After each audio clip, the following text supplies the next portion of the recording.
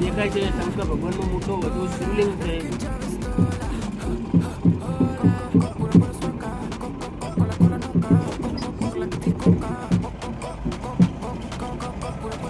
તો તમને આ શિવલિંગ સારું લાગે તો લાઈક કરજો અને સબસ્ક્રાઈબ કરજો. લાઈક કરવા ભૂલતા નહીં અને કમેન્ટમાં લખજો જય શંકર ભગવાન.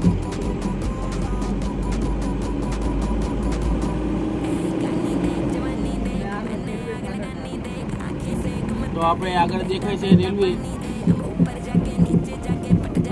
ફાટક છે.